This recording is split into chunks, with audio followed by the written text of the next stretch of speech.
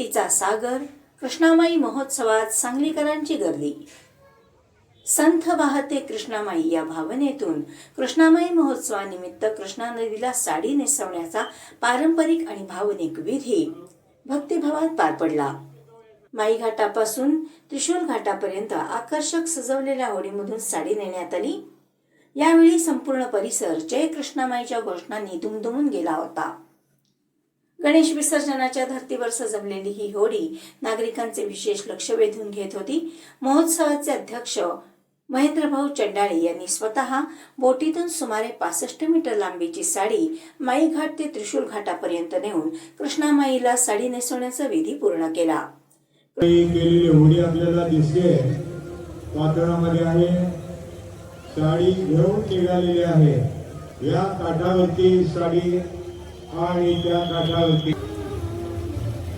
आपल्या हिंदू धर्माच्या संस्कृतीची कृष्णामाईला अर्पण करण्यात आलेली साडी सांगलीचे राजे विजयसिंह राजे पटवर्धन यांच्याकडून प्राप्त झाली होती। कृष्णामाई महोत्सव सुरू झाल्यापासून पटवर्धन राजघराण्याकडून साडी अर्पण करण्याची परंपरा आजही श्रद्धेने जपली जात आहे। यावेळी विशेष आरतीचे आयोजन करण्यात आले होते। बनारसहून आलेल्या मान्यवरांनी व्यवस्थेचे कौतुक करत महाबळेश्वर येथून उगम पावलेल्या कृष्णामाईचे पावित्र्य जपले पाहिजे असे मत व्यक्त केले। बनारस प्रमाणे आरतीचा अनुभव मिळाल्याने सांगलीकरांनी या सोहळ्याचे भरभरून कौतुक केले। कार्यक्रमाच्या सुरुवातीला महेंद्र चंडाळे आणि त्यांच्या पत्नी यांनी मंत्रोच्चारात नदी पूजन करून फुले अर्पण केली।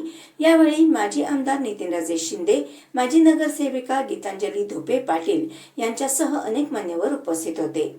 हा भव्य सोहळा पाहण्यासाठी नागरिकांनी मोठ्या संख्येने गर्दी केली होती। ही आपल्या गावची जत्रा आहे, सर्वांनी कुटुंबासह उपस्थित राहून या भक्तिमय सोहळ्याचा लाभ घ्यावा असे आवाहन महेंद्र चंडाळे यांनी केले।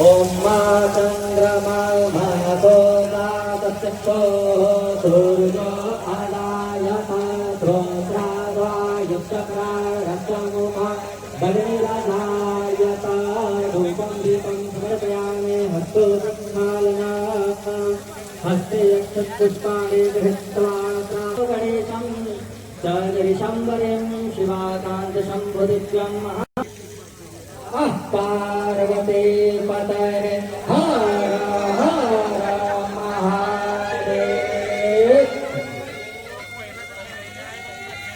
हवामहे भगो महामदानि गमः सोमनाथि आंगे आंगे मालिके नमः नयनिलस सहस्रसना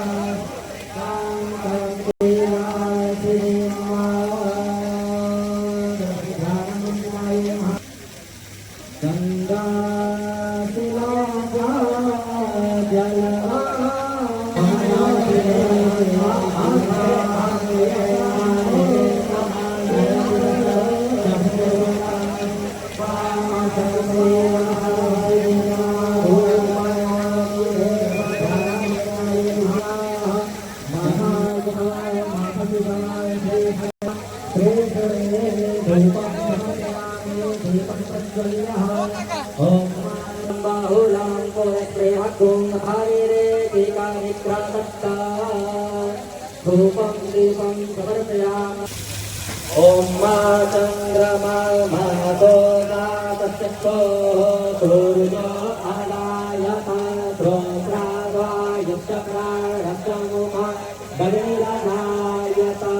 धूपं दीपं समर्पयामि हस्तोत्थालना हस्ते यक्षपुष्पाणि गृहीत्वा